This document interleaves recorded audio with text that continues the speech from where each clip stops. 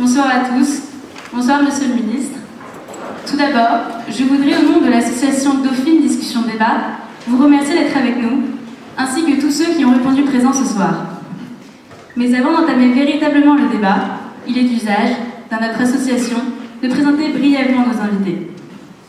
Vous êtes nés et avez fait vos études à Paris. Études certes commencées avec un redoublement en CM2, cela en rassurera peut-être quelques-uns, mais vous êtes ensuite rattrapés à l'université Panthéon-Assas, où vous obtenez plusieurs DESS et DEA, ainsi que le diplôme de l'ISG. Très jeune, la politique vous attire, mais c'est en tant que journaliste que vous démarrez votre carrière. En effet, alors que vous êtes encore étudiant, Jean-Pierre Elkabbach, que vous dites considéré comme un mythe, vous repère sur un plateau de télévision et vous recrute au service politique d'Europe 1, où vous travaillerez 4 ans, de 1988 à 1992. C'est au cours de cette période, en 1989 plus précisément, que débute votre parcours politique. Vous devenez conseiller municipal alors que vous n'avez que 24 ans et maire de Troyes à l'âge de 30 ans, fonction que vous occupez depuis 1995. C'est l'époque à laquelle certains vous surnomment Harry Potter à cause des petites lunettes rondes que vous n'avez pas encore abandonnées et de votre jeune âge. Cette jeunesse, vous allez l'incarner longtemps, et elle correspond bien au rôle de Benjamin, qui sera le vôtre à plusieurs reprises au cours de votre carrière.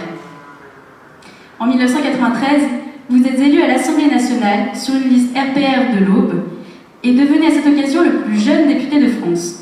Député de l'Aube, vous le serez au total pendant 15 ans et 4 mois. Lors de la campagne présidentielle de 1995, vous êtes le porte-parole de Jacques Chirac, qui fait de vous son fils spirituel, et affirmera plus tard que vous disposez, je cite, de toutes les qualités requises pour assumer les plus hautes fonctions. Plutôt prometteur. Cette expérience à ses côtés vous conduira d'ailleurs à déclarer avoir construit votre vie politique autour de Jacques Chirac, et que vous avez admiré tout au long de sa campagne par son courage.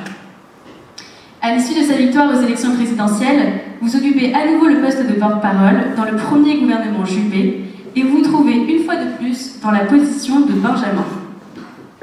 Journaliste, homme politique, c'est désormais le titre d'avocat que vous obtenez en 2001 en réussissant les épreuves du barreau. Vous auriez alors justifié ce cumul en affirmant, selon le journal L'Express, « Parlementaire, je vote la loi. Maire, je l'applique. Avocat, je constate tous les errements de la société.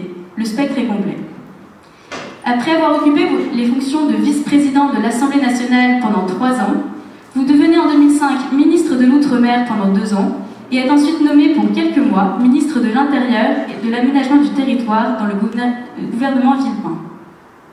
On vous dit charismatique, mystérieux et discret, mais la qualité principale qui vous est attribuée est l'ambition. Votre carrière va en effet connaître un essor rapide. Après un passage éclair au ministère de l'Intérieur, vous êtes nommé ministre du Budget, des Comptes publics, de la Fonction publique et de la Réforme de l'État dans le gouvernement Fillon en 2010 et reprenez le titre, qui vous devient familier, de porte-parole du gouvernement tout en conservant vos fonctions ministérielles. Et c'est en 2011 que vous devenez ministre de l'Économie, des Finances et de l'Industrie. Votre triple expérience de journaliste, avocat et homme politique a sans doute contribué à développer chez vous un certain art de l'éloquence, allant parfois jusqu'à la provocation, ce qui vous conduira en 2011 à susciter cris, indignation et jets de boulettes de papier à l'Assemblée nationale. Prenant la parole dans l'hémicycle, vous accusez alors vos adversaires politiques de manquer de courage et de s'accrocher, je cite, à de vieilles luttes socialistes après avoir pris le pouvoir par effraction en 1997. Les députés se lèvent, ne se calment pas, la séance doit alors être suspendue. Et pourtant, on avait pu lire dans le journal Libération que vous considérez vous-même que votre nature, c'est de mettre de l'huile dans les rouages, pas sur le feu. Si votre vie politique est parfois mouvementée, vous savez prendre du recul et avez affirmé « Mon grand large, c'est depuis toujours un petit ruisseau en Creuse, et ma plus forte émotion, c'est une truie qui monte à la surface et qui absorbe une sauterelle. » Vous êtes un homme sensible. Après l'élection de François Hollande en 2012, vous redevenez député avant d'être élu sénateur de l'Aube en 2014, et prenez cette même année la présidence de l'Association des maires de France, poste que vous occupez toujours. Quel domaine ne vous intéresse pas, Monsieur Barouin? Vous êtes bon vivant, aimez les bons vins et avez été intronisé en 2015 dans la confrérie de Jurade de Saint-Émilion. Vous êtes sportif et aimez jouer au tennis. Vous êtes intéressé par la culture et n'êtes pas insensible au charme du théâtre et du cinéma. Nous sommes donc particulièrement heureux d'échanger avec vous ce soir et je vais maintenant laisser la parole à Olympe Chabasson et Rémi Derat pour la suite du débat.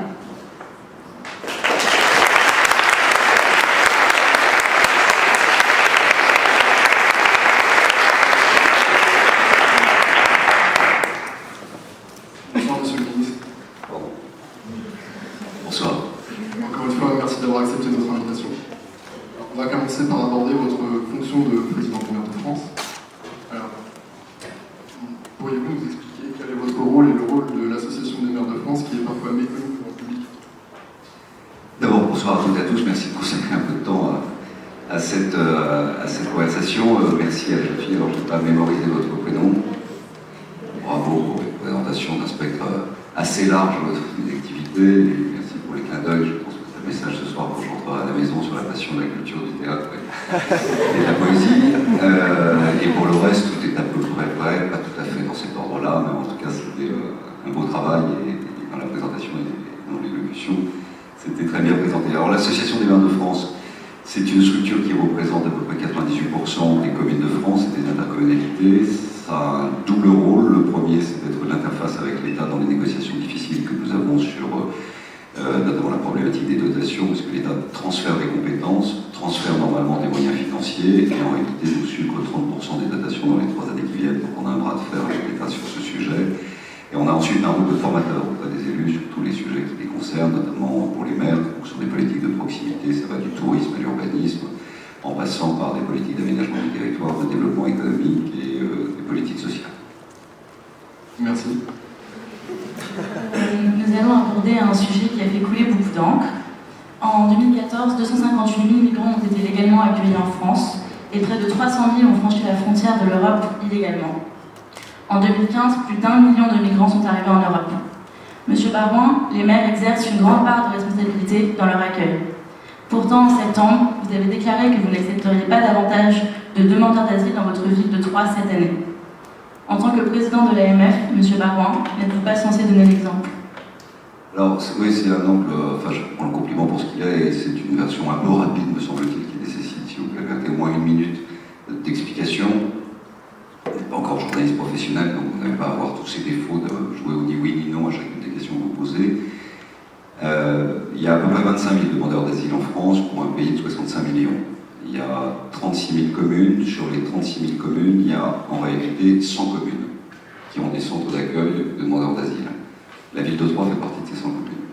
Quand vous parlez CADA, centre d'accueil des demandeurs d'asile, l'immense majorité des élus ne savent pas ce que c'est. À Troyes, on sait ce que c'est depuis 30 ans.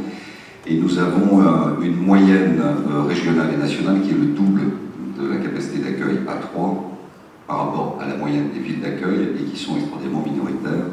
Et elles sont saturées, ces places de centres d'accueil de demandeurs d'asile, depuis au moins une dizaine d'années, depuis la dernière grande vague de flux migratoires et de demandes d'asile liées notamment à l'explosion de l'ex-Yougoslavie, notamment la problématique des Kosovars qui ont traversé une partie de l'Europe et qui sont arrivés en France.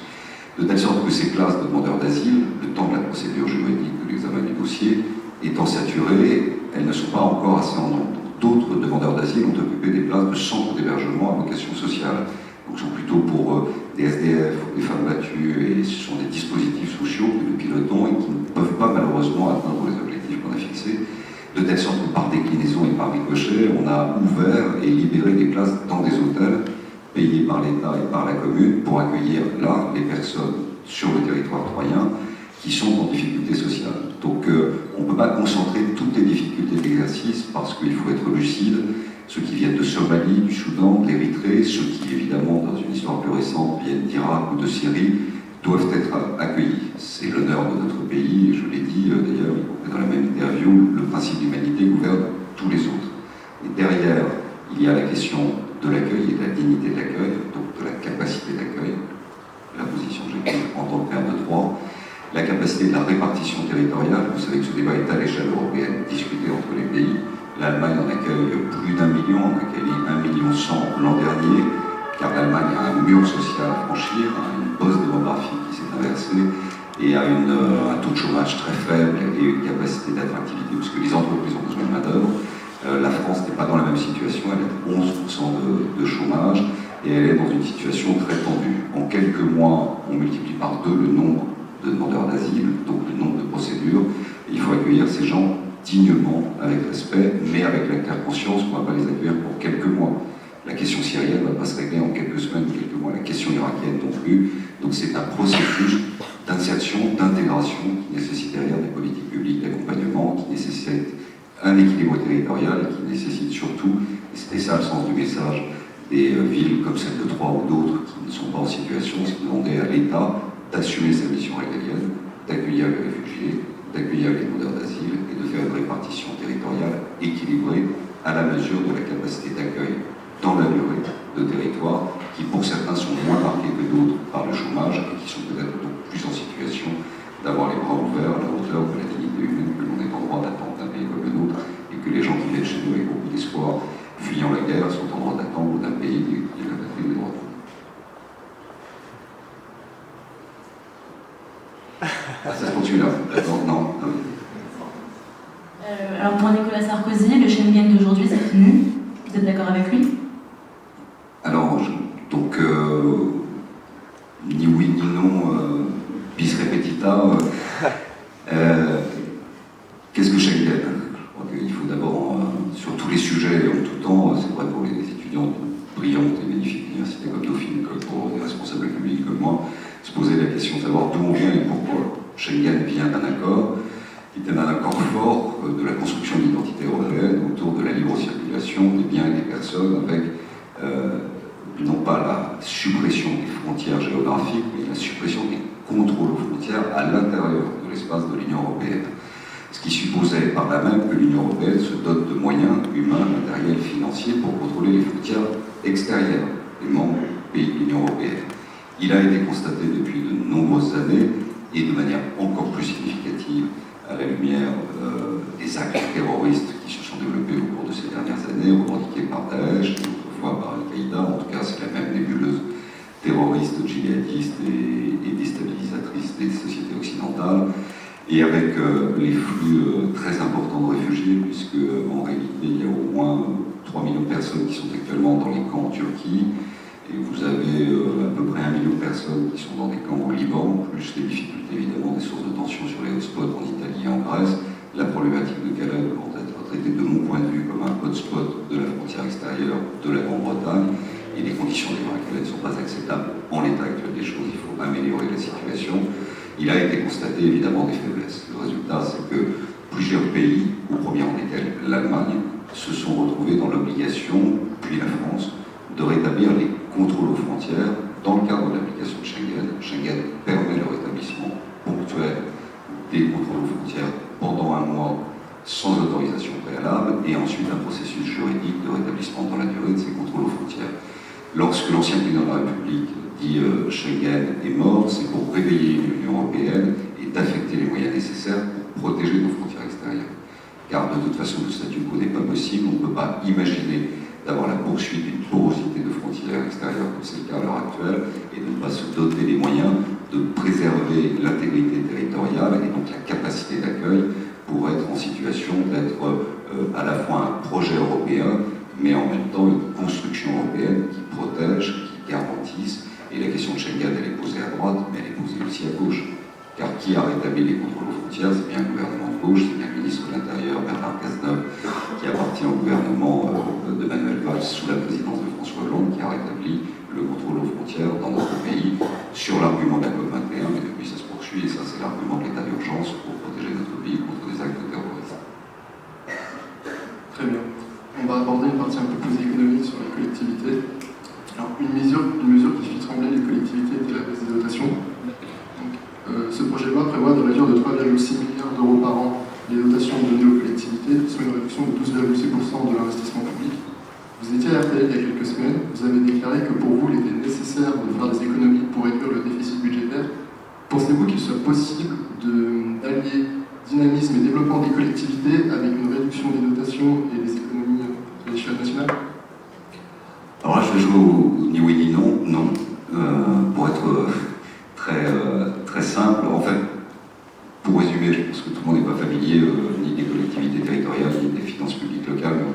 faire très courte et de manière, j'espère, assez pédagogique. Et je suis d'autant plus à l'aise que j'étais le premier ministre du budget à geler ce transfert des dotations de l'État aux collectivités territoriales, c'est-à-dire de ne pas pratiquer l'inflation dans les lois de finances annuelles. Et à l'époque, l'inflation devait être à 1,7 ou 2%, ce qui représentait déjà 1,5 milliard en moins pour les collectivités pour tenir bien la politique. Pour la faire très, très courte, notre pays est en mauvaise situation budgétaire. On a 2000 milliards de dettes, à peu près, ce qui représente l'équivalent peu ou prou du PIB national, c'est-à-dire l'addition des efforts de chacun qui produit la croissance, l'évolution de la croissance et l'évolution de la croissance de cette richesse nationale. Donc c'est un volume global annuel de 2000 milliards, notre dette est de la même intensité. Les critères de Maastricht imposent une dette de 60% par rapport au PIB, donc on est 40 points au-dessus de la norme européenne, donc on doit réduire cette dette. Comment réduire cette dette? Une gestion dans une période de taux bas aujourd'hui, actuellement, qui permet et qui favorise effectivement une réduction de la gestion de la dette annuelle. Il faut surtout réduire les sources de la production de cette dette, c'est-à-dire réduire les sources de la production de déficit public. Qu'est-ce qui nourrit un déficit public dans un pays comme le nôtre? Ce sont les trois sources de dépenses publiques. La première, qui est la plus importante, c'est la sécurité sociale, elle fait 650 milliards. La deuxième, c'est l'État. Dépenses de l'État hors dette et pensions, c'est à peu près 300 milliards. Et la plus petite, qui est la troisième source de dépenses, sont les collectivités locales, c'est-à-dire les communes, les intercommunalités, les départements, les régions. Ça représente à peu près 230 milliards. Quand on regarde la structure de la dette, 80% de cette dette est de la responsabilité de l'État. 10% de cette dette est de la responsabilité de la sécurité sociale. Les 10% restants sont de la responsabilité des collectivités locales. À l'intérieur de ces 10%, 4,5% sont de la responsabilité des communes et des intercommunalités. Dans ce qu'a proposé le gouvernement, il demande un effort de 25% à une structure qui ne représente que 4,5% de la cause de la dette. Donc aucun maire en France ne conteste la nécessité de participer à l'effort de réduction des déficits. Dans cette réduction, elle doit être dans la mesure dans le temps et dans la mesure et à proportion de ce que nous représentons en termes de responsabilité par rapport à la structuration de cette dette. Mais derrière, il faut mesurer les conséquences du cadre qui a été proposé. Les conséquences, elles sont de trois ordres. Quand un maire est à la tête d'un budget, d'une équipe, il regarde ce qui rentre, il regarde ce qui sort. Ce qui sort sont les dépenses obligatoires. Dans les dépenses obligatoires, 55% d'un budget communal, c'est à peu près les charges de fonctionnement et donc les charges de personnel. Les charges de personnel sont les fonctionnaires. Un fonctionnaire qui rentre à 25 ans, qui sort à 62 ans, qui a encore 20 ans d'espérance de vie, c'est un coût global pour la collectivité, l'État, l'hôpital, une collectivité locale de l'ordre d'1,8 million. Donc une fois que vous embauchez quelqu'un, vous l'avez pour un cycle de 60 ans d'accompagnement budgétaire. Ils ont des services, bien sûr, des produits, c'est également un consommateur, mais voilà, il y a un coût budgétaire en face. Toutes les mesures indiciaires sont prises par l'État, le maire n'a pas à décider de l'évolution de la grille indiciaire de ses fonctionnaires. Donc on a globalement 55 à 60% de figures imposées dans un budget. Il nous en reste 40%, et là on a des obligations de prestations sociales, d'accompagnement, de politique de développement, ce genre de choses. Donc qu'est-ce qu'on fait? On regarde les trois critères, les sources d'économie. Donc on réduit les subventions aux associations. Donc vous avez déjà dès à présent des débats sur la suppression de tel festival à tel endroit pendant l'été à raison de cette décision. Vous avez des associations sportives qui auront moins de moyens. Vous avez tout un tissu associatif qui est en train d'être très largement menacé. Ça n'est que la première année. Je pense que les 4-5 prochaines années seront encore plus difficiles. Ensuite, vous avez le levier fiscal, le 12,7% d'évolution des impôts que vous évoquiez, c'est uniquement sur la première année qui a suivi le mandat municipal. On pense que ce sera au moins 30% d'augmentation des impôts locaux, taxe d'habitation, foncier bâti, non bâti, d'ici 2017, c'est-à-dire juste sur la moitié d'un mandat municipal. Et le troisième point, qui est le plus lourd et le plus menaçant pour l'économie française, et j'en aurais terminé, c'est l'effondrement de l'investissement public. Et c'est ça qui est terrifiant, puisqu'il y a un effet de ciseau terrifiant entre des compétences supplémentaires dévolues par l'État aux communes, exemple l'aménagement des rythmes scolaires, qui coûte 1,1 milliard, mais qui n'est pas payé à cette hauteur par l'État, et de l'autre, des décisions qui font qu'on va être obligé de réduire en fait nos dépenses, et on doit donc réduire l'investissement. Le modèle économique, vous êtes à Dauphine, il est important de connaître le modèle économique de notre pays, je pense que vous avez déjà dû étudier, repose sur deux piliers, il y en a un troisième, innovation, recherche, mais deux piliers doivent être intégrés, c'est la consommation d'une part, et c'est l'investissement d'autre part. La consommation dépend beaucoup du modèle social, des minima sociaux, de la capacité aussi de création de richesse, d'évolution salariale. Et l'investissement, vous avez le privé et le public. Il y a très peu d'investissements privés dans notre pays depuis 3 ans. L'effondrement de l'investissement américain, les incertitudes actuellement de la situation des bourses dans le monde entier, les incertitudes sur les pays émergents, on y viendra peut-être, la Chine, la Russie, le Brésil, tout cela fait qu'il y a un ralentissement d'investissement privé en général et en particulier dans un pays comme le nôtre. Et il reste l'investissement public.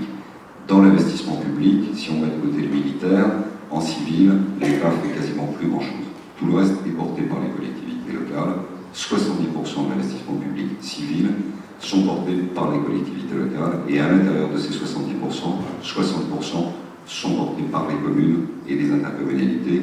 Et on demande 60% d'efforts à ces communes. Ce qui veut dire que dans les 3 ans, ce sont 30% d'investissement public en moins. En moins, c'est 80 000 emplois qui sont menacés de disparition dans le bâtiment et les travaux publics. Et retenez, ce sera le dernier chiffre, 10% d'investissement public en moins dans un pays comme le nôtre, c'est 0,2 à 0,3 points de croissance. Ça veut dire que rien que sur ce débat qu'il y a entre les collectivités d'une part et l'État d'autre part, ça aura un impact sur la croissance de 0,8. Ça veut dire que ça efface presque le bénéfice de l'année dernière, qui était déjà une croissance relativement à taux. Je voudrais revenir sur 2 points. Vous déclarez que cette baisse des dotations engendrera une mise sous tutelle de 1300 à 3000 communes. Madame la ministre de la Décentralisation, Madame Maryse Debranchu, a démenti ces nombres et estime que seulement une trentaine de communes seraient mises sous tutelle. Comment expliquez-vous ce décalage? Qu'elle n'a pas la même appréhension de la réalité de ce qui se passe sur le terrain. Nous, ce ne sont pas des études, c'est une réalité d'évolution de la structure des budgets.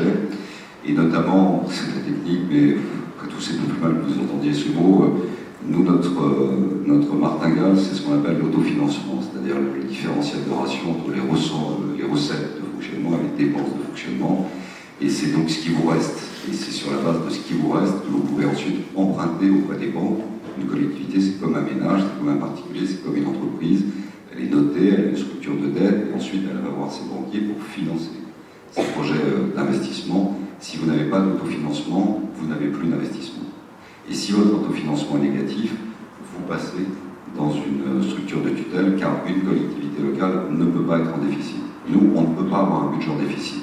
L'État le peut, certains agents économiques privés le peuvent, une collectivité locale ne peut pas être en déficit. Or, ce que nous avons, nous, comme indication, c'est que pour 2016, l'autofinancement est diminué de moitié. Pour 2017, beaucoup de communes seront en situation d'autofinancement potentiellement négatif s'ils veulent poursuivre le rythme d'investissement, et s'ils ne le veulent pas, parce que là, la conséquence, ce sera plus d'investissement et légèrement au-dessus de la ligne de flottaison pour éviter la tutelle. Donc je conteste évidemment formellement les chiffres de Mme Lebranchu, ce qui n'est pas la première fois d'ailleurs. D'accord. Un dernier point. Manuel Valls a annoncé la création d'un fonds d'1 milliard pour soutenir les communes. Le gouvernement n'est-il pas en train d'aller dans votre sens pour soutenir justement ces communes? Certes, et certainement, mais il faut voir que on est très très loin du compte. Annoncer 1 milliard un an après avoir proposé la suppression de 28 milliards sur 3 ans, on est quand même très très loin du compte. J'ajoute que la technostructure a réussi à mettre en place une tuyauterie insensée, avec une partie de ce milliard qui est affecté à des priorités qui sont définies comme des investissements qui ne correspondent pas au choix des collectivités locales. Or, notre Constitution conserve ce principe essentiel de la libre administration des collectivités territoriales. Donc ce n'est pas à l'État de dire vous allez investir dans tel secteur, c'est bien à la souveraineté municipale de définir librement son choix d'investissement. Et enfin, sur l'autre dispositif, la grande trouvaille de ce fonds, c'était des prêts à taux zéro. Le crédit n'a jamais été aussi peu cher et aussi facile d'accès pour tout le monde et pour les collectivités territoriales en particulier. Donc on n'a pas de problème d'accès au crédit, on a un problème de mobilisation de fonds pour soutenir des projets d'investissement. Donc encore un effort, Monsieur le Premier ministre. Enfin, encore même un gros effort, Monsieur le Premier ministre, si le temps vous le permet. Nous le dirons. Mais je ne vais pas parler de la météo. La loi SRU du 13 novembre 2000, revue par Cécile Duflot, impose aux communes françaises de plus de 3500 habitants de disposer d'au moins 25% de logements sociaux. Mais certaines villes préfèrent payer des amendes plutôt que de respecter ces quotas, comme Neuilly-sur-Seine, qui n'atteint pas les 5%. En tant que président de l'AMF, comment réagissez-vous face aux mairies dissidentes face à cette loi? D'abord, l'Association des maires de France n'est pas un super conseil municipal, on ne donne pas des ordres. Chaque conseil municipal conserve sa souveraineté Et chaque conseil municipal décide librement de sa politique dans tous les secteurs, de sa politique en matière d'urbanisme en particulier. Sur la loi du flot, ça a été un désastre. C'est probablement la pire des lois qu'il y a eu dans l'urbanisme. Elle a bloqué le marché, elle a empêché la production et le rattrapage de retard qu'on avait au moins sur 150 000 logements à produire chaque année pour répondre aux besoins, notamment dans le domaine des bailleurs sociaux, à raison justement de la faiblesse des revenus d'une bonne partie de la population française. Donc ça a été absolument un désastre, ça a été mollement corrigé par le dispositif Pinel, mais au final, c'est vraiment un dispositif qui, pendant 3 ans, n'a pas permis au marché de l'immobilier de se développer. Ensuite, sur la problématique du pourcentage des logements sociaux à l'échelle d'un territoire, c'est inégalement réparti. Vous parliez de la ville de Troyes sur la problématique des capacités d'accueil sur les demandeurs d'asile. La ville de Troyes, c'est une agglomération qui fait à peu près 130 000 habitants. On va aller vers 170 000, donc c'est quand même déjà un gros bassin, c'est un rôle de préfecture. On était le 2e pôle urbain de l'ancienne région Champagne-Ardenne. On est à 42% de logements sociaux. Donc on a essayé d'établir un lien à l'échelle de l'agglomération, de ne plus raisonner en termes de bassin de territoire de commune, mais de raisonner sur un bassin global en mettant un plan local de l'habitat et une répartition équilibrée de cet effort d'accompagnement pour des publics qui sont plus en difficulté. Donc on peut, à l'échelle d'un territoire plus large, imaginer une répartition pertinente. Ce qu'on essaie de faire, c'est qu'on essaie de passer, par exemple, à 3 de 42 à 38, 37% de logements sociaux, ce qui est déjà évidemment un seuil absolument conséquent et qui pose beaucoup de difficultés derrière. Donc ce sont des politiques de renouvellement urbain, ce sont des politiques de requalification urbaine, ce sont des politiques de réhabilitation d'habitats anciens dégradés, ce sont des politiques de reconquête, on casse des tours, on résidentialise, on met en place des dispositifs d'équipement public de proximité, des petits squares, des équipements sportifs, on réinstalle des commerces de proximité, on remet en place dans ces quartiers des services publics, pour l'emploi ou autres. Et je pense que chaque commune est en situation de le faire. Après, il y a l'histoire de la commune, il y a le périmètre de la commune. Je crois qu'il ne faut plus raisonner uniquement ou strictement dans les frontières à l'intérieur d'une commune. Je crois qu'il faut raisonner en bassin de vie, en bassin INSEE, en bassin démographique, et donc en capacité d'attractivité, de répartition de l'effort en matière de logements sociaux. On va passer à la partie économie, mais plus à l'échelle nationale. Vous avez été ministre de l'économie, des finances et de l'industrie. La croissance en France s'est élevée en 2015 à 1,1% en moyenne. La croissance de la zone euro s'est élevée à 1,6%. La croissance, d'accord, mais pourquoi pas chez nous? On a des problèmes de structure qui sont bien identifiés et auxquels les gouvernements se sont plus ou moins attaqués, mais probablement de manière insuffisante pour les uns comme pour les autres. Enfin, les problèmes de structure, on les connaît sur la libération de notre économie. Le poids de la dette, je l'ai évoqué, une dette trop importante et trop abondante et obèse, comme c'est le cas, est un élément de doute dans le regard que portent les investisseurs sur ce qu'ils peuvent placer sur un pays comme le nôtre, qui par ailleurs a un atout, enfin, a plusieurs atouts. On va mettre dans ce cas-là dans la case positive un certain nombre de points. Sa géographie, la géographie de la France est juste exceptionnelle.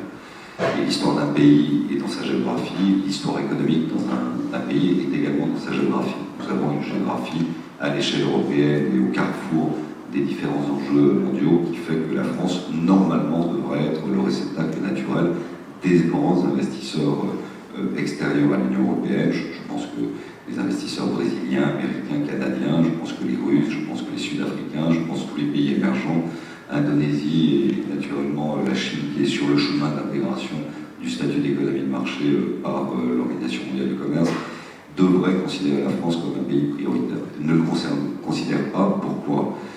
Parce que le poids de la dette, parce que la rigidité du code du travail est bien connue, parce que le coût unitaire du travail également, parce que l'encadrement du travail hebdomadaire des 35 heures, et parce que aussi le dispositif de retraite fait que tout cela plombe très largement le dispositif de vélocité. Donc les réformes, nous les connaissons, sachant par ailleurs que dans les points positifs, on a une main-d'œuvre considérée comme qualifiée ou très qualifiée, ce qui est un atout très fort. On a un système d'économie relativement diversifié malgré tout, peut-être moins industrialisé que d'autres pays, comme en Allemagne ou comme en Italie. En Allemagne, ils sont encore à 25% de la valeur ajoutée dans le tissu industriel. En Italie, ils sont peut-être encore à 18-19. En France, on est tombé à 11-12. Donc si on a moins d'emplois industriels, on a quand même une diversification diversification de nos emplois, et on a un système bancaire avec des banques systémiques, fortes, puissantes, et qui ont montré leur résilience au moment de la grande crise de 2008-2009. Donc ça, ce sont des raisons absolues. Mais dans les points et les réformes de structure, vous en avez une sur les retraites, la mère des réformes en matière de finances publiques, comme la mère des réformes sur l'évolution de l'élasticité du marché du travail, c'est évidemment déplacer le curseur pour des raisons évidentes. Il y a un allongement au compteur de la vie de la plupart de nos contemporains, et ce sera encore mieux et encore plus dans quelques années. Donc c'est difficile de demander à une personne de vivre très longtemps en n'ayant pas cotisé peut-être suffisamment. Donc la question de l'allongement et du dépassement des 62 ans est évidemment posée. La question des 35 heures est naturellement posée. Et enfin, sur le coût du travail, qui doit être peut-être le troisième pilier d'une réforme rapide, quand on voit que le Portugal ou l'Espagne ont baissé leur coût unitaire du travail de 7 à 8%, et qu'en l'espace de 6 mois après ces réformes, les réformes Rajoy, les réformes du gouvernement portugais, ils ont réussi à revenir positifs en solde du commerce extérieur, on voit bien que ce coût unitaire du travail est un élément qui plombe aujourd'hui la capacité d'attractivité, la capacité de la flexibilité sur le marché de l'emploi, et donc un élément qui peut être un déclencheur d'une décision d'investissement. Vous avez parlé de libéraliser l'économie. N'est-ce pas ce que propose la loi Macron? Alors la loi Macron, en réalité, c'est la loi Montebourg, puisque Montebourg, quand il fut un furtif ministre de l'économie, avait été mandaté par le gouvernement de l'époque pour négocier avec Bruxelles un certain nombre de réformes. Je précise d'ailleurs que l'affaire des collectivités locales qui nous occupe aujourd'hui est l'une des prises otages de la discussion entre Paris et Bruxelles pour reporter les 3% de 2014 à 2017. Et dans le paquet cadeau, au fond, Bruxelles a dit à Paris, vous devez faire des réformes de structure. Alors Paris dit à Bruxelles, qu'est-ce que vous proposez? Bruxelles dit la réforme des retraites. Non, je ne peux pas, j'ai pas de majorité, j'ai des frondeurs, j'ai Mélenchon, Taubira était encore présent, etc. Je ne vais pas faire la réforme des soins. Bon. Très bien, alors qu'est-ce que vous avez comme deuxième réforme? Les 35 heures quand même. Ah non, là je ne peux pas, là c'est Martine Aubry, Lionel Jospin qui ont voulu avoir une petite statue miniature à l'entrée du 21e siècle aux côtés de Léon Blum. Et donc cette espèce d'élément idéologique et doctrinaire, partant du principe que la vie du travail est un camembert et qu'il ne va jamais s'agrandir et qu'on va le répartir en petites tranches, et que ça fera le bonheur de tous, comme si on pouvait par loi décréter le bonheur individuel de chacun, était une conception quand même un peu idéologique de la chose. J'espère ne blesser personne dans la salle. Si vous êtes blessé, vous partez, puis on prendra un verre ou une bière juste à la sortie. Mais c'est quand même ça, et Paris a dit bah non, je ne peux pas, j'ai pas de majorité, les frondeurs, Taubira, Mélenchon, Eva Joly, etc. Il va très bien, alors dans les troisième, la baisse du coût du travail. Ah, non, là je ne peux pas financer, là j'ai les syndicats, puis j'ai les fondeurs, j'ai ma majorité, j'ai Taubira, j'ai Mélenchon, j'ai Eva Joly, on va y arriver. Donc qu'est-ce que vous proposez? On va saquer les collectivités locales. Donc celles-là, elles vont payer, elles vont passer à la caisse. En plus, comme on a perdu les municipales, c'est pas grave, parce que si on augmente les impôts, on dira c'est pas ces élus de droite qui augmentent les impôts, et donc dans un grand cynisme, on vous expliquera que c'est ça le jeu. Mais vous avez aussi une autre réforme, c'est ce qu'a fait Mario Monti en Italie, c'est ce qu'ont fait un certain nombre de pays sous la pression, c'est une dérégulation d'une profession réglementée. Ah oui, ça c'est pas mal, on va regarder qu'est-ce qu'il y a là-dedans. Il y a les taxis, il y a les notaires, vous avez les huissiers, vous avez les pharmaciens. Ah oui, très bien, on va faire ça. Donc Montebourg a commencé à faire cette proposition. Montebourg est parti, après je crois, un couvert de vin blanc pour la fête de la Rose avec Hamon, et ils ont disparu le lendemain matin, lundi. Parce qu'à l'évidence, il y a des propos pas compatibles avec le respect de la fonction présidentielle, ça peut arriver, il faut faire ses choix. Et Macron est arrivé au ministère de l'économie, a repris le sujet, dans un calendrier intenable, sans processus de dialogue, en dérégulant certes des professions réglementées, qui pouvaient peut-être, sur un chemin d'une discussion avec un calendrier acceptable, accepter d'accompagner un dispositif d'une ouverture à la concurrence et d'une ouverture, car c'est toujours bon, car les situations de monopole de fait ne sont jamais bonnes pour l'économie, mais il y a une méthode, il y a un calendrier, et au final, il y a quand même beaucoup de dégâts dans l'application des décrets d'un texte qui porte le nom d'un auteur qui en réalité doit envoyer les droits d'auteur, même pas à son prédécesseur, mais à la Commission de Bruxelles. Vous avez également déclaré que la consommation était un des piliers, un des rouages de l'économie, qu'il fallait absolument agir sur la consommation pour relancer la machine économique. La loi de consommation du 17 mars 2014 va complètement dans ce sens-là, mais on peut voir que ce n'est pas complètement nécessaire. Donc, que proposez-vous en plus réellement? Si vous voulez, pour que les gens consomment, il faut qu'ils gagnent de l'argent. Donc c'est un problème de salaire, c'est un problème de revenu net, c'est un problème de ce qui rentre et qui arrive sur le compte bancaire. Alors, dans ce qui les ressources, vous avez les traitements des fonctionnaires, on a 5 millions de fonctionnaires en France, vous avez les pensions, vous avez les prestations sociales, les minima sociaux, et puis vous avez évidemment les salaires dans le domaine du privé, plus toutes les activités libérales, qui sont des rétrocessions, des frais d'honoraires. Donc tout ça, voilà, ça structure et ça forme la capacité potentielle d'évolution. Il est évident que le contexte psychologique en économie joue beaucoup. Donc la peur du lendemain est un élément bloquant pour un investisseur au sens large, mais c'est un élément bloquant pour un agent économique particulier. Et quelle que soit la faiblesse des taux, quelle que soit la facilité d'accès au crédit, il n'y a pas aujourd'hui de relance réelle de la consommation. Vous avez des petites périodes de crête, mais vous avez des grosses périodes et très longues de creux. C'est lié, me semble-t-il, à la capacité que notre pays a d'offrir des perspectives de rebond économique durable.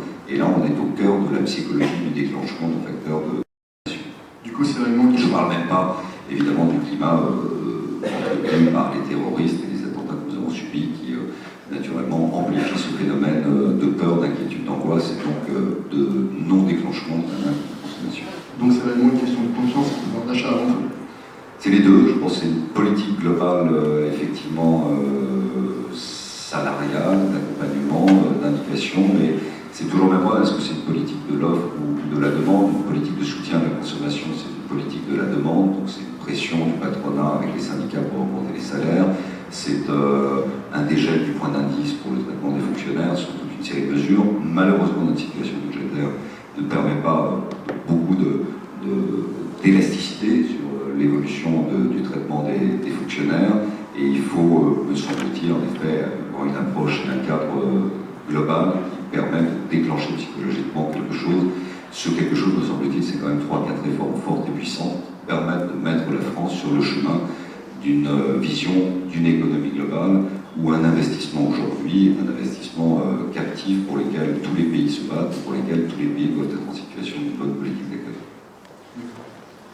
Alors justement, pour revenir sur l'emploi, depuis quelques mois, la ministre du Travail, Myriam El Khomri, planche sur un projet de réforme du Code du travail.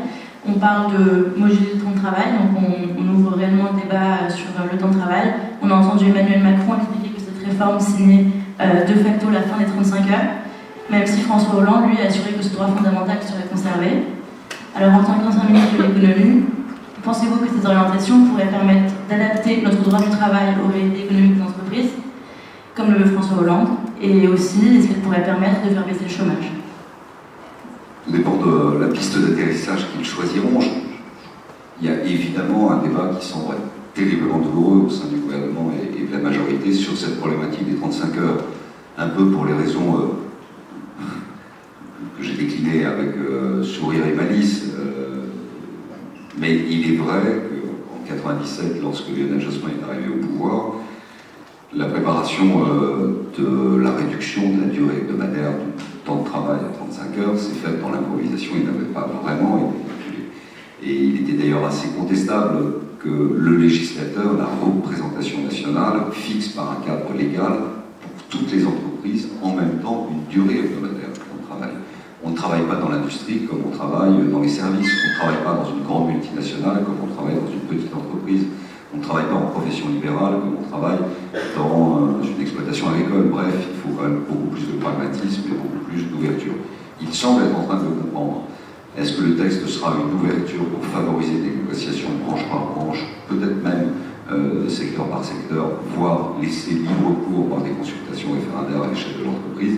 C'est probablement la plus grande souplesse, la plus grande flexibilité qui sera la meilleure réponse et la plus adaptée à la situation de chaque entreprise, à la situation de chaque branche et à la situation de chaque secteur économique. Si c'est ce chemin-là qui est proposé, il y aura un débat relativement vertueux. Si c'est vraiment mi-figue, mi-raisin et à mi-chemin entre le dogme du pas que l'on peut pas lâcher, ce qui semble être la tonalité des propos présidentiels, ou la volonté d'ouvrir vraiment le débat, quitte à fractionner la majorité actuelle, mais j'ai du mal à le croire, à un an de l'élection présidentielle, où il y aura plus un besoin d'avoir des forces centripètes, c'est-à-dire qui se rapprochent du centre, plutôt que de forces centrifuges, qui s'éloignent du point de gravité et qui fait éclater la majorité. Est-ce que vous partagez le remords de Nicolas Sarkozy, à savoir celui de ne pas avoir assez touché au droit du travail? Oui, d'abord je m'incline avec respect devant la parole du président Nicolas Sarkozy, que j'ai servi comme ministre à plusieurs reprises. Ensuite, moi, je suis d'autant plus à l'aise que je n'étais pas au gouvernement en 2007. J'étais d'ailleurs même plutôt en opposition avec Sarkozy sur 2-3 sujets que j'avais manifestés publiquement. Je n'avais pas eu d'opposition en revanche sur la loi LME et sur l'affaire des 35 heures. Parce que soit on prenait le choix de prendre bille en tête une discussion avec les syndicats, quitte à avoir des manifestations assez fortes, mais c'était un choix que politiquement on pouvait porter compte tenu de la nature de l'élection en 2007, il avait été bien élu et il y avait une volonté, un vrai élan.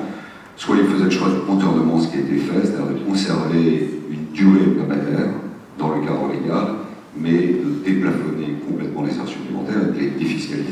Au final, c'est cette option-là qui a été retenue et ça a marché, puisqu'il y a eu 9 millions de personnes qui ont bénéficié de la défiscalisation des heures supplémentaires, ce qui en moyenne par mois a représenté entre 45, 80, pour parfois d'autres 120 euros en net à raison de ces heures supplémentaires et de la défiscalisation. Donc ce n'est pas une si mauvaise méthode, il en a un rebord aujourd'hui, peut-être ça veut tout simplement dire que la société est peut-être un peu plus mûre pour aborder durablement cette problématique des 35 heures et considérer que c'est évidemment un frein à l'embauche et c'est un frein à la création d'emplois durables. Comme nous l'avons dit, vous êtes président du maire de France, vous avez été élu en 2014 pour 3 ans. Beaucoup à droite vous ont qualifié de présidentiel idéal.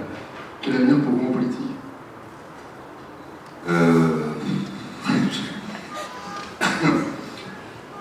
Moi je suis rentré, ça a été dit, très jeune, j'étais député à 27 ans, j'étais au gouvernement la première fois à 29 ans, ça fait 25 ans que je fais ça. Donc je ne compte pas encore complètement mes points retraite, mais j'ai déjà fait quand même une bonne partie de ma vie professionnelle et de ma carrière. Et surtout raisonner en termes de carrière dans un monde politique, dans un monde général qui va aussi vite, pour moi c'est tout à fait impossible. Moi je suis à un stade de responsabilité où j'essaye d'être le plus utile possible, et ayant acquis une expérience, de la mettre au service de causes auxquelles je crois. J'ai la chance d'être maire depuis plus de 20 ans. J'ai été très heureux et très fier que mon prédécesseur Jacques Pélissard vienne me voir pour me dire qu'il allait quitter, qu'il pensait que je pouvais présider aux destinées d'une association qui rassemble des maires de gauche, de droite, du centre, qui est gérée à parité avec la gauche et la droite, donc c'est un exercice qui nécessite, je pense, beaucoup de diplomatie et en même temps le fait de choisir des caps que l'on défend ensemble. Et je veux dire que c'est l'un des honneurs de ma vie politique de présider aux destinées de l'Association des maires de France. Ensuite, je prendrai ma place dans le débat présidentiel et je ferai part de mes engagements et de mes soutiens après le Congrès des maires de France, fin mai, début juin. Et enfin, j'ai peut-être un rapport au temps nécessaire ou un rapport au temps qui fait que je ne confonds pas à toute précipitation. Je crois que pour la présidence de la République, c'est quand même une responsabilité absolument imminente. C'est juste la 6e économie mondiale. Je crois qu'il faut une solide expérience. Chacun l'a, plus ou moins, mais on a un ancien président de la République, on a 2 anciens premiers ministres qui sont en compétition. Voilà, j'espère que la compétition, elle se fera à la loyale, qu'elle se fera sur le fond et qu'elle se fera sur des propositions qui se projettent vers l'avenir et non sur des situations d'un regard porté dans le rétroviseur sur des litiges qu'on a pu avoir par le passé. C'est ça que j'attends de cette élection présidentielle en 2017. Le reste, après savoir ce qui va se passer, encore comment, jusqu'où. Bien malin qui peut le dire, et puis moi j'ai aucun talent pour ni faire la météo, ni lire dans le bar de café. Il est donc trop tôt pour parler de 2022 ? Oui, non mais même à la fin, je veux dire, on a une chance au tirage, une chance au grattage, n'étant pas totalement définitivement avancé au contour de la vie, vous ayant évoqué la perspective d'un allongement de la retraite, le passage de 62 à 65 ans, vous pouvez parler de 2022, mais vous pouvez aussi raisonnablement parler de 2027. Et si j'en frais dispo, j'ai entretenu physiquement mes passions sportives, peut-être même 2032. À ce moment-là, on se reverra, on dira alors qu'est-ce que vous faites ? Je vous dirais, j'ai trouvé une très jolie truite, une sauterelle, dans un éclair de diamant, m'a offert le plus beau des sourires et ensuite le meilleur des repas.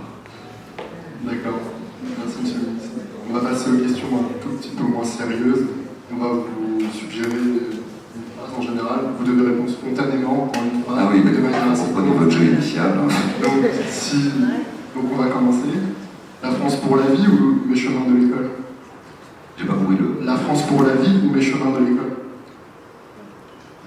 On n'est pas obligé de choisir. Vous pouvez aussi avoir un journal politique. Il y a des très gros auteurs politiques qui ont été Premier ministre, chef de gouvernement. Si je dois choisir une référence, ce sera peut-être plutôt Churchill.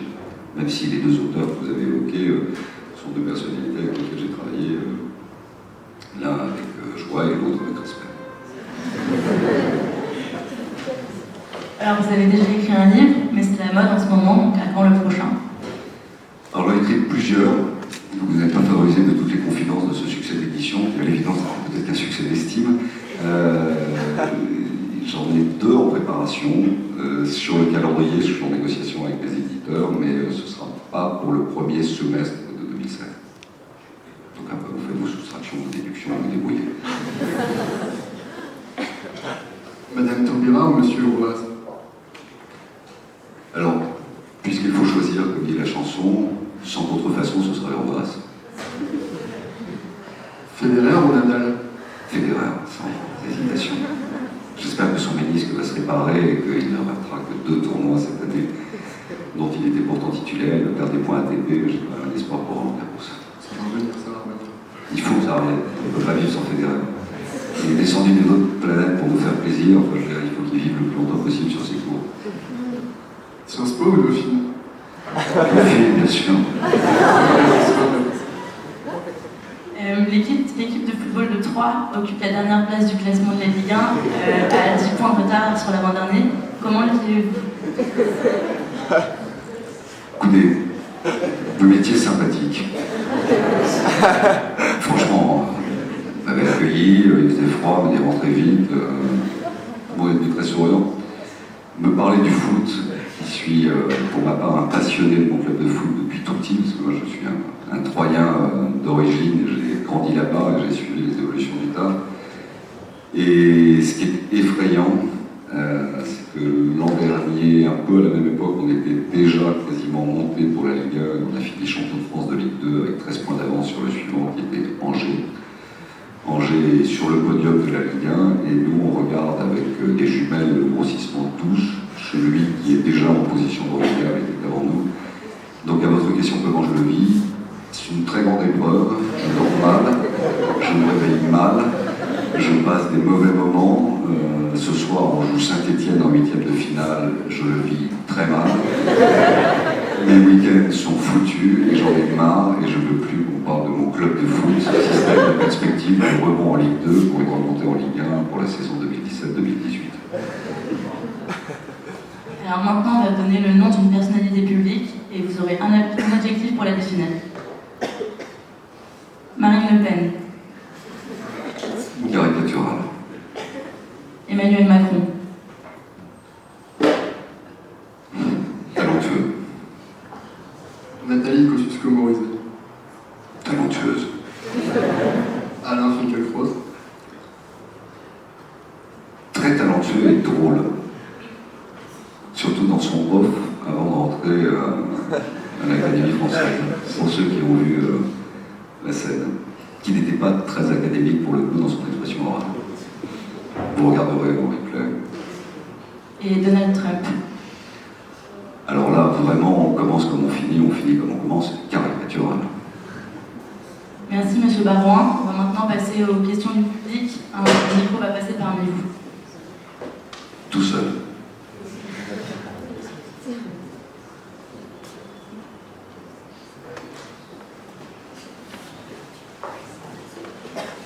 Bonsoir Monsieur le Ministre. D'après cet entretien, j'ai pu voir que vous avez une certaine expertise sur les collectivités locales. J'aurais aimé avoir un peu votre avis sur la loi NOTRe de juillet dernier, qui est passée pendant l'été, qui finalement est passée un peu inaperçue dans l'actualité. Donc savoir ce que beaucoup de défauts ont été soulevés dans les médias, néanmoins. Donc j'aurais aimé avoir votre avis là-dessus et savoir qu'est-ce qui manque dans cette loi et qu'est-ce qu'il aurait fallu faire peut-être. Bon, peut-être plus globalement, et très très rapide, en fait, 2015 restera dans l'histoire de l'organisation entre l'État et les territoires, puisqu'il y a eu 3 lois très importantes. Une première sur les grandes régions. On avait 21 régions, il n'y en a plus que 13. Le découpage a été fait un peu de briquet de broc, avec une paire de ciseaux et probablement une lumière un peu terne. Le maire de Troyes, que je suis, fut très très surpris un mardi matin de se retrouver avec un bord de mer du côté de la baie de Somme en Picardie. Donc il a fallu quand même corriger le tir. Descartes a retrouvé ses enfants et ses petits, l'Est est resté à l'Est, et globalement les découpages aujourd'hui, je crois, sont stabilisés. Je ne pense pas qu'on les remette en cause, donc il y a 13 grandes régions. Il y a eu une deuxième loi sur les métropoles, qui elles sont très importantes, donc ils mettent en place 12 à 13 métropoles. sont vraiment des trous noirs d'activité économique. Donc c'est très bien d'avoir des zones urbaines très puissantes, mais pour vous prendre un exemple, la métropole de Nice, elle va du bord de mer jusqu'aux confins du Mercantour. Donc s'il y avait une attaque de loup, vous pouvez dire qu'on a vu un loup à Nice, puisque en fait c'est ça le périmètre aujourd'hui de la métropole, donc ça vous donne quand même une certaine idée de la dimension. C'est le deuxième point à retenir. Donc 13 régions, 12 métropoles, et la loi NOTRe, qui est donc la nouvelle organisation du territoire de la République. Que faut-il retenir de cela? Une répartition des compétences entre les différents acteurs. Qui est vainqueur? Qui sort renforcé? Les communes sortent renforcées, ou en tout cas ne sortent pas affaiblies, elles sortent renforcées parce qu'elles conservent la clause générale de compétences. Une commune peut continuer de s'occuper de tout. Les intercommunalités, sur les communes, elles conservent la source de la souveraineté qui était l'élection au suffrage universel direct des conseillers municipaux. Il y avait un risque que les conseillers communautaires soient élus au suffrage universel direct et du coup c'était la mort des communes. Les intercommunalités sont renforcées par l'affectation de compétences nouvelles sur le développement économique, sur toute une série de sujets. Les régions sont renforcées par le rôle et la place qui sont les leurs dans la définition de schémas. Les régions vont avoir à débattre de schémas de développement économique, internationaux, touristiques, développement sur l'enseignement supérieur pour faire des grands schémas avec peu de recettes.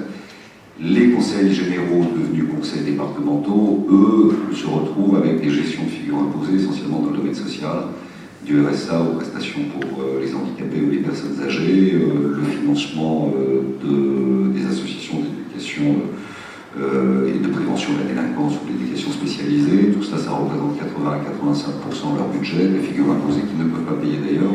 Vous avez 10 départements aujourd'hui qui ne sont pas capables de financer le RSA, vous en aurez 40 à la fin de l'année qui vont demander une renationalisation du financement du RSA. Donc, pour répondre brièvement à votre question, je pense que les régions vont prendre un espace géographique très important. Une région, maintenant, en poids moyen, ça va être autour de 5 millions. 5 millions, c'est le Danemark. Parfois, certaines géographies de certaines régions sont supérieures à beaucoup de pays de l'Union européenne. Vous avez une région, par exemple, comme Limousin, Poitou-Charentes, Aquitaine, qui fait un bloc absolument considérable. La région Île-de-France n'a pas changé, mais sont, je sais pas, comme 12 millions d'habitants. Enfin, c'est vraiment des éléments constitutifs de points très forts. Donc, on va avoir des grandes régions, des partenaires puissants qui vont s'étendre, des intercommunalités, c'est-à-dire des regroupements de communes, et des communes qui conserveront ce rôle essentiel de politique de proximité au service des administrés sur, je dirais, le train de vie au quotidien. Alors, qu'est-ce que j'en pense? Un chamboule-tout un peu rapide, avec beaucoup de tourments. Il faut trouver sa place. Est-ce que ce sera sur l'économie à court terme? Non. À moyen terme, par une mutualisation entre les communes et les intercommunalités, peut-être.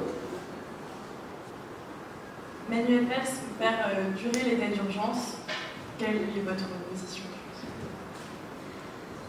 Moi, sur ces sujets en matière de sécurité, de lutte contre le terrorisme, de lutte contre des phénomènes qui sont développés énormément de radicalisation, je considère que rien ni personne ne doit remettre en cause le rôle et la place de l'État en un de la maîtrise de l'ordre public et de la sécurité des Français. Et qu'il est notre devoir, que l'on n'appartienne pas à la majorité ou que l'on n'appartienne pas à l'opposition, d'être au plus près de ceux qui ont, par le mandat qui leur a été confié par les Français, la responsabilité de garantir la sécurité de l'État. On a été en responsabilité et il faut avoir la lucidité de reconnaître que ce sont des exercices très difficiles, surtout lorsque des attentats interviennent. J'ai été ministre de l'Intérieur, ça a été rappelé, c'était au moment d'une présidentielle. On a eu des menaces, à une époque où Daesh n'était encore que le début d'une métastase d'Al-Qaïda. On a connu ces attentats avec Mera lorsque nous étions au gouvernement, ça a été une grande épreuve. Je mesure pleinement la difficulté de la tâche du gouvernement et du président de la République. J'ai voté sans état d'âme comme parlementaire l'état d'urgence, et si le gouvernement estime nécessaire pour protéger les Français de prolonger l'état d'urgence, nous devrons estimer comme nécessaire d'accompagner le gouvernement dans un vote positif autour de l'état d'urgence. Pour moi, il n'y a pas de place pour des positionnements alternatifs ou qui donnent le sentiment qu'on se chamaille et qui offriraient une victoire supplémentaire au désastre qu'ont commis ces terroristes. D'autres questions?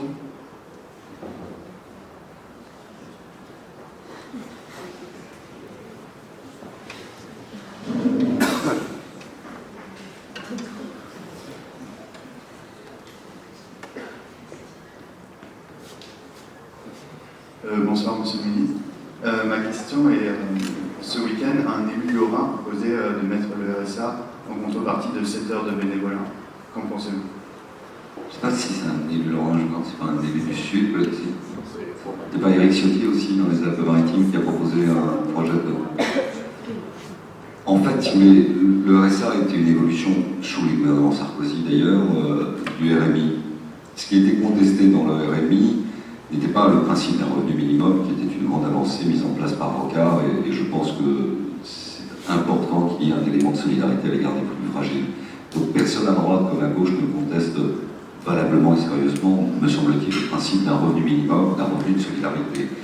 En revanche, on est parle, c'est de l'insertion, qui est un principe en fait d'accompagnement social, à une logique d'activité, d'où le A du RSA, qui était une logique d'intégration économique durable. Or, force est de constater, surtout en période de crise et de période d'augmentation du chômage, que cette problématique du RSA est une problématique qui, malheureusement, peut s'apparenter à ce qu'on appelle une trappe à pauvreté et favorise de plus en plus l'extension du périmètre global de l'accès au RSA. Donc que l'on se pose, que l'on soit fondé à poser la question quelle est la forme que peut prendre cette activité, ça me paraît plutôt aller dans la bonne direction.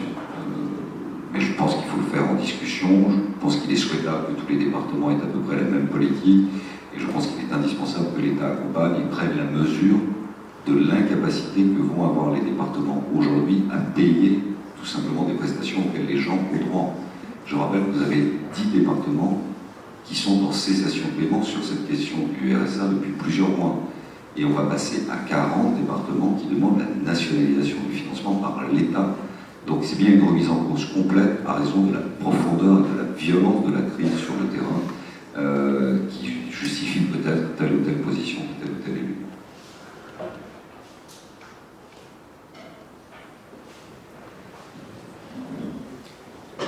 Il fait super bon dans tout ça, là, au final.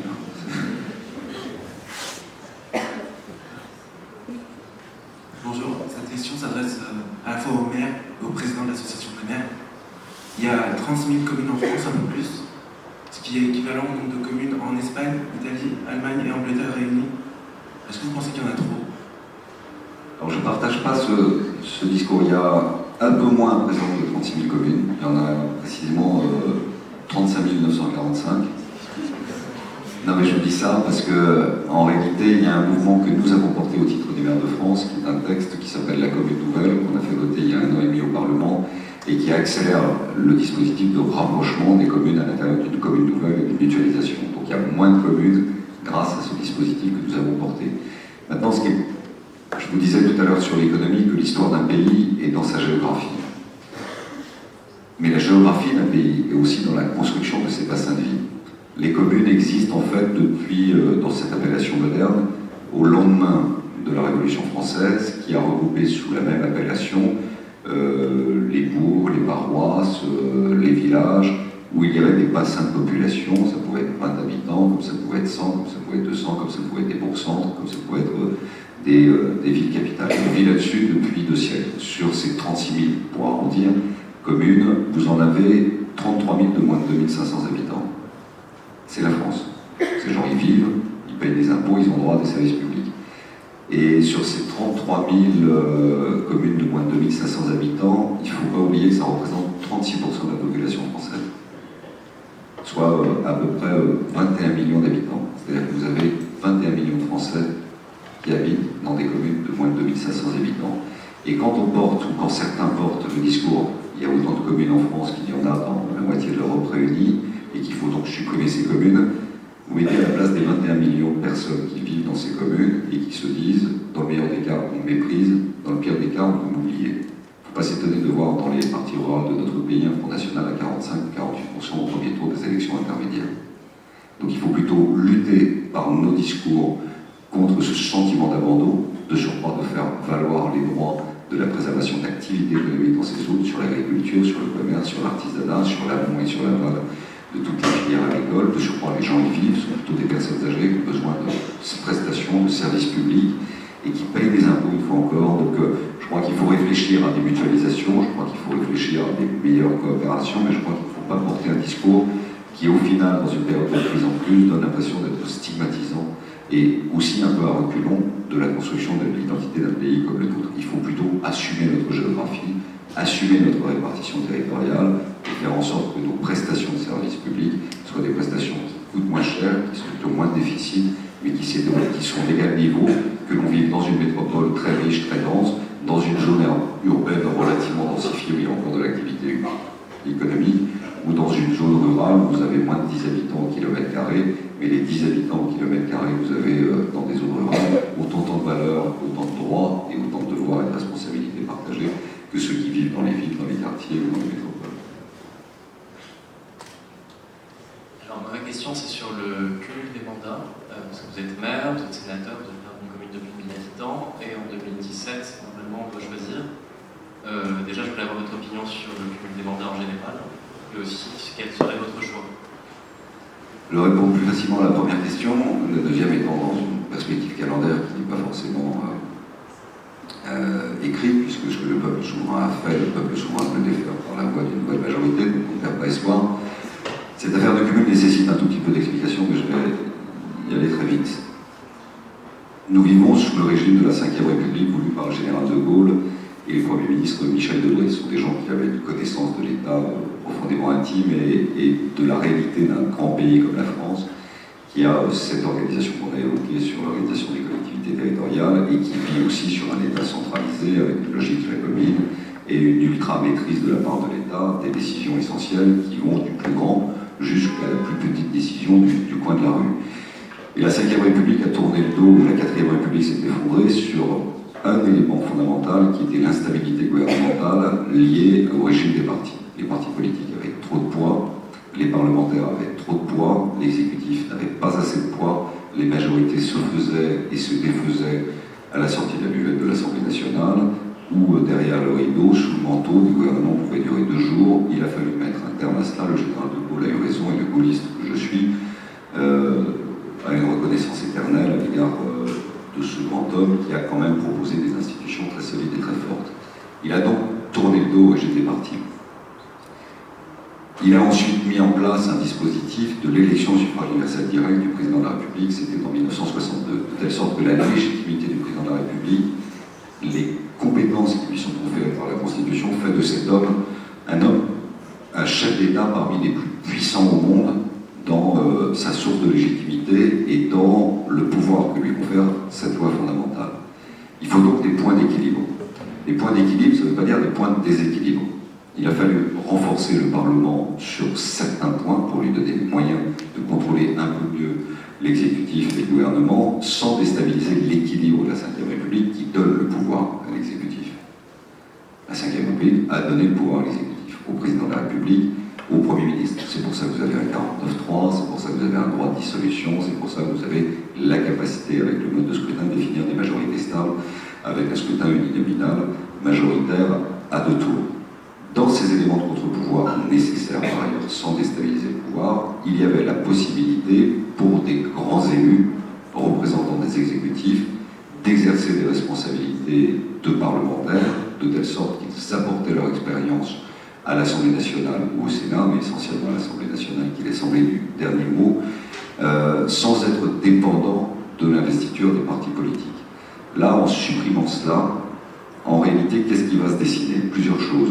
La première, c'est que ce sont les partis politiques avec les investitures qui vont détenir la clé de l'organisation et de la définition de la future majorité. Car ce sont bien les investitures qui vont fixer le cadre de l'attribution de la possibilité pour un homme ou une femme de devenir député et non pas sa légitimité, son ancrage local, conquis par des luttes locales qui lui donnent sa légitimité, qui fait de lui un parlementaire à peu près incontournable. Donc les partis reprennent la main. Ensuite, il y a eu la réforme de 2008 où les ministres qui sont sortis du gouvernement peuvent redevenir députés ou sénateurs. Ce n'est pas la partie, en tout cas, qui m'avait le plus intéressé dans la révision constitutionnelle qui était proposée à l'époque, parce que ça favorise aussi un système de fronde permanente à l'Assemblée nationale. Quelqu'un qui veut rentrer au gouvernement se mettra en opposition avec le gouvernement qu'il est censé soutenir, lequel gouvernement, pour acheter son silence, lui proposera de rentrer au gouvernement, il rentrera au gouvernement, s'il y a un désaccord, il sortira, il retournera à l'Assemblée. C'est ce qu'on a vécu sous la 4e République, qui a provoqué beaucoup d'instabilité.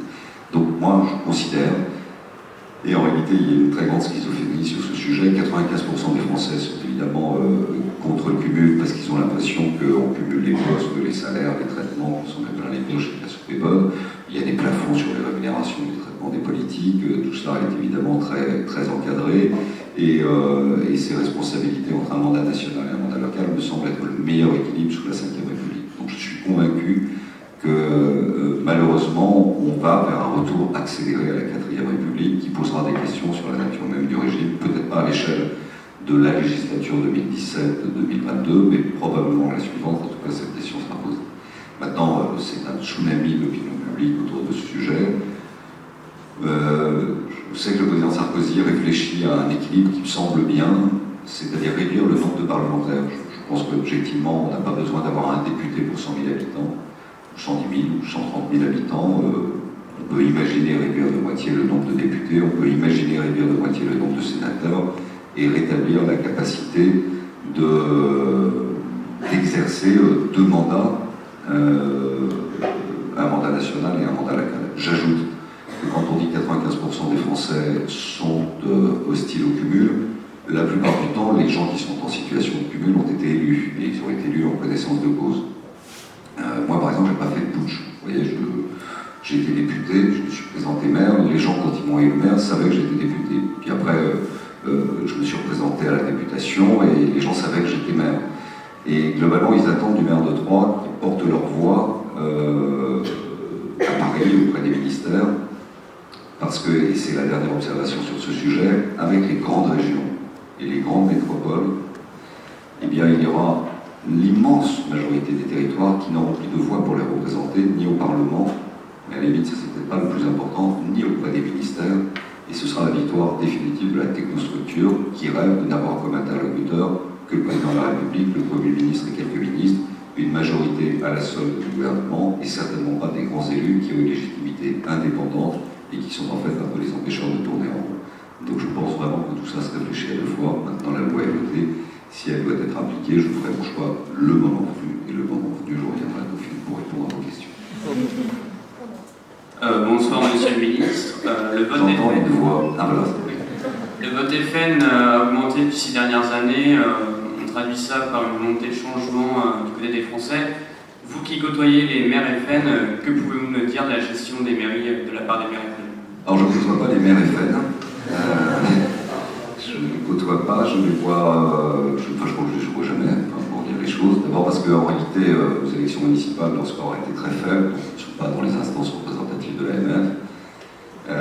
Il y a, pas oublier quand même, il y a les commentaires du premier tour qui donnent une impression, qui est la réalité d'une élection qui est à 2 tours, et qui fait que ce qui s'est passé au régional, comme ce qui s'était passé au départemental, comme ça s'est passé au municipal, fait qu'il y a assez peu d'élus Front National à la tête des communes. J'ajoute que ce n'est pas une nouveauté, on a connu ça dans le passé, aux élections municipales de 89, on l'a connu en 95, en 86, lorsque François Mitterrand avait modifié le mode de scrutin et avait mis en place la proportionnelle, il y avait quand même 30 députés Front National à l'Assemblée nationale. En 98, quand le mode de scrutin avait été changé pour les régionales, vous aviez 240 conseillers régionaux dans les régions de France. Donc voilà, ça fait quand même 30 ans et ce n'est pas un élément nouveau. Alors certes, le changement de génération, même si ça reste à l'intérieur de la même famille, où ils sont passés la clé de la maison de famille entre le père et la fille, et la petite fille, probablement tous les autres, ça reste la même doctrine, ce sont les mêmes politiques et sur les mêmes propositions. Et je crois que le jugement porté sur un élu, il doit se faire à l'échelle d'un mandat. Je pense qu'on ne peut pas dire que les communes Front National aujourd'hui peuvent être jugées, il faudra voir à la fin du mandat, et ceux qui jugeront, au fond, seront d'abord et avant tout les électeurs. Après, l'évolution de la fiscalité, la structure de l'endettement, les missions remplies ou pas remplies. Mais c'est un peu tôt et probablement prématuré pour juger de ce qui s'est passé. On a comme recul uniquement ce qui s'était passé dans les villes 89 ou dans les communes 95. Ça s'était mal terminé, ça s'était terminé comme de l'eau sur le sable dans le Boudin ou devant les tribunaux, je pense à Vitrolles avec l'affaire Maigret, ou d'autres qui avaient quitté le Front National. Donc il faudra un rendez-vous à mon avis en 2020 pour porter un jugement un peu plus définitif. Bonsoir Monsieur le Ministre. Alors, hier soir a eu lieu le deuxième tour des primaires aux États-Unis. Quelle est votre vision entre un Donald Trump donc, caricatural, comme vous le dites, et un Sanders qui se dit socialiste? Si vous voulez, peut-être que l'un des deux sera président des États-Unis.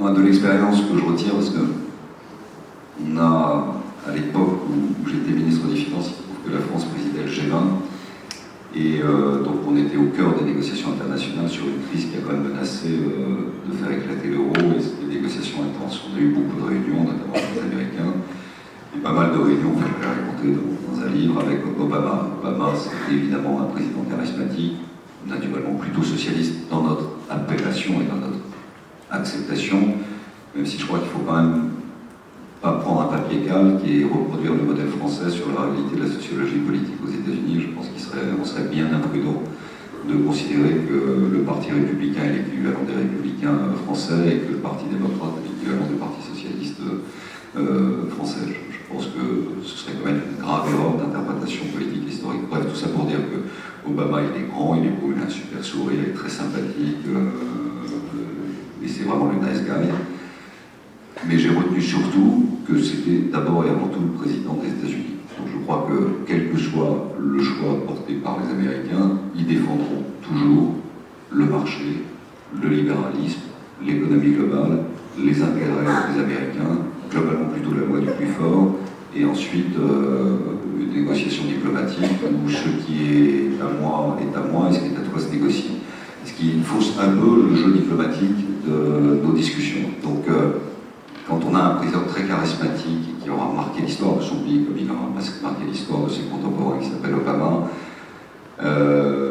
son successeur Clinton, Sanders ou Trump, même si Trump ça sera quand même relativement baroque dans la tête des États-Unis, je crois qu'il faut plutôt s'interroger sur les raisons pour lesquelles une personnalité comme Trump, en dehors du fait que quelqu'un venu de l'extérieur du milieu politique peut toujours surgir, ce fut le cas pour Ronald Reagan, qui était très fameux dans les années 50 et 60 pour ses publicités pour la vente de cacahuètes et qui était un acteur de série B, et quand même devenu un président qui est rentré dans l'histoire en ayant modernisé une certaine conception du libéralisme au service du développement de l'économie de marché, des États-Unis, britanniques et autres, et a entraîné avec lui Thatcher, et même la période à droite,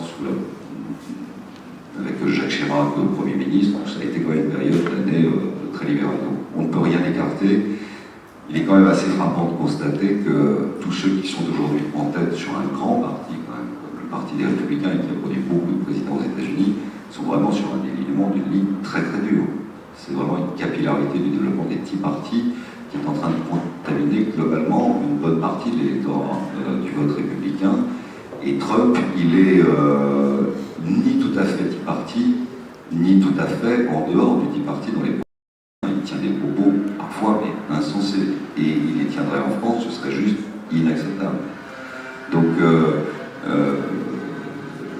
on peut considérer que ce parti républicain est en train de s'enquister durablement à la droite de la droite, une société américaine, plutôt raciale, blanche, texane, et plutôt repliée sur elle-même, voulant rétablir des frontières un peu partout. D'ailleurs, son idée, c'est de mettre des murs un peu partout et de provoquer des guerres également un peu partout. Donc maintenant, est-ce que c'est ça l'évolution de la société américaine et est-ce que ce qu'ils choisiront? En tout cas, c'est le message que nous devrons interpréter, c'est-à-dire une société américaine qui, par nature et par naissance, a tendance à défendre plus que tout et d'abord et avant tout ses intérêts, sans pour autant tenir compte franchement de la solidarité de ses amis et de ses alliés, et enfin replier plutôt sur elle-même. Donc il ne faudra pas attendre grand-chose dans le concert international d'une position d'une administration américaine si elle est sur cette option-là. Sur Sanders, je le connais moins, alors il a l'air effectivement de tenir des propos plus à la gauche. Maintenant, on en est au deuxième caucus, je crois qu'on est quand même loin du processus. En tout cas, ça montre que là aussi, y compris au Parti démocrate, même un ultra favori ne peut pas se contenter de circuler, il n'y a rien à voir. Je suis la femme de l'ancien président des États-Unis et j'ai été secrétaire d'État, voilà, et quelqu'un venu de nulle part et inconnu a gagné le deuxième caucus, ce qui n'est pas rien, dans le New Hampshire, certes réputé pour être relativement aléatoire dans son issue, mais qui au final structure déjà la construction de grands électeurs pour un candidat qui aujourd'hui n'est pas favori, mais qui peut peut-être sortir du lot. une dernière question. Oui, bonsoir Monsieur le Ministre. J'avais une question par rapport à votre vision du paysage politique aujourd'hui en France. Parce qu'on a eu, effectivement, comme disaient certains, une montée des votes FN, de l'abstention, des Français qui disent ne plus être bien représentés par les politiques aujourd'hui. On a eu quand même une forte instabilité gouvernementale sous la présidence de M. Hollande avec le remaniement du gouvernement, le départ de Mme Taubira récemment. Aujourd'hui, M. Frébus qui s'en va du Quai d'Orsay pour assurer le rôle de présidence du Conseil constitutionnel, même si c'est dans d'autres circonstances, on a encore un changement. Pareil, du côté des Républicains, on a voulu changer l'image, mais on a vu Sarkozy qui toujours voilà, sur la... Alors, pas forcément, en tout cas dans les sondages aujourd'hui, très apprécié des Français. Qu'est-ce que vous en pensez? À l'horizon 2017, est-ce que vous voyez plus de stabilité se profiler ou pas? Non, mais là, je ne peux pas m'élever au-dessus de ma condition. Hein. Je ne suis pas tout à fait capable de dire précisément ce qui va se passer, même si je pense que on va savoir qui sera le prochain président de la République. Il va se passer quand même un long chemin. Une politique, 1 an et demi, c'est une éternité. Mais une éternité. Il a été évoqué dans mes expériences le fait que j'avais été porte-parole de Jacques Chirac en 1995. Jacques Chirac, en novembre 1994, était dans les sondages à 12%. On ne peut pas dire qu'à 12% on soit particulièrement élevé. C'est pas beaucoup, 12%.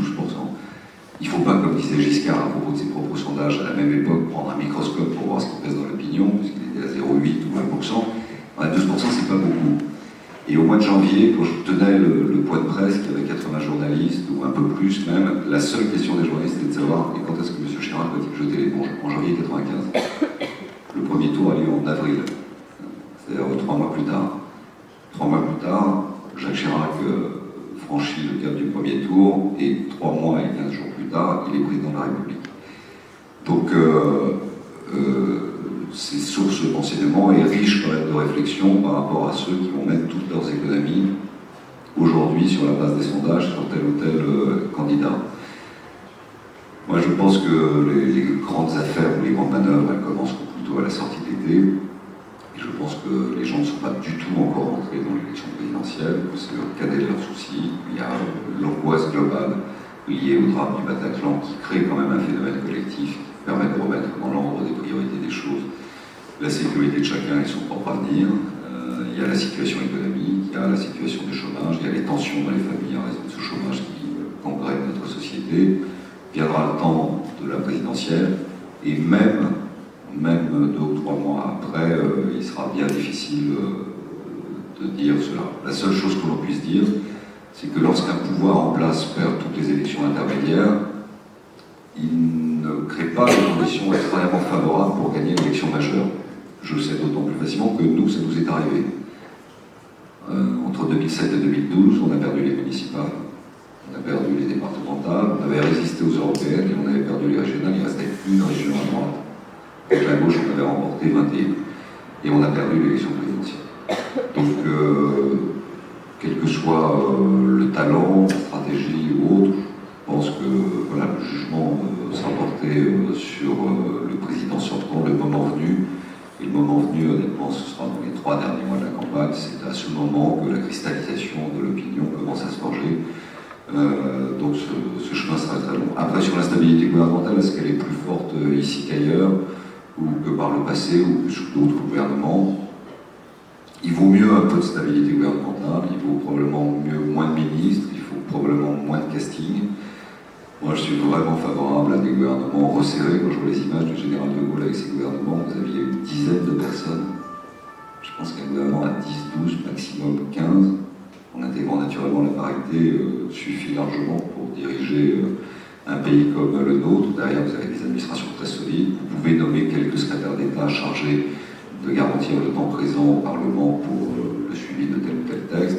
Et c'est plutôt autour de cela, me semble-t-il, qu'il faut réfléchir et ensuite être jugé effectivement sur une capacité dans la durée. Par exemple, le ministère de l'économie est un ministère évidemment important, vous avez raison, beaucoup moins d'instabilité gouvernementale et de changement de titulaire du poste que dans les autres pays. Je vois mon homologue, j'ai vu la semaine dernière d'ailleurs, Wolfgang Schäuble, avec qui on a beaucoup négocié sur le traité budgétaire, dit Merkel-Sarkozy, sur la question des 3% et la question de l'euro. Wolfgang Schäuble, il est ministre des Finances depuis peut-être 6 ou 7 ans à présent. Donc on voit bien qu'une politique inscrite dans la durée, portée par le même titulaire, ce qui lui évite la schizophrénie d'avoir des discours un peu contredits, permet aussi d'avoir un pays, un État un peu plus fort. Donc je partage votre sentiment sur le constat d'instabilité gouvernementale et sur la correction qu'il y a. Et si on pouvait inscrire des contrats de législature, faisant respirer de temps en temps, mais en gardant sur les postes essentiels des mêmes personnes. Ça veut dire qu'on ne s'est pas trompé au début, et ça veut dire qu'on inscrit dans la durée, on croit ce que l'on fait. Donc c'est aussi un élément de restauration de la confiance entre les Français et leurs dirigeants. C'est donc la fin de cet entretien. Merci à vous, monsieur le ministre.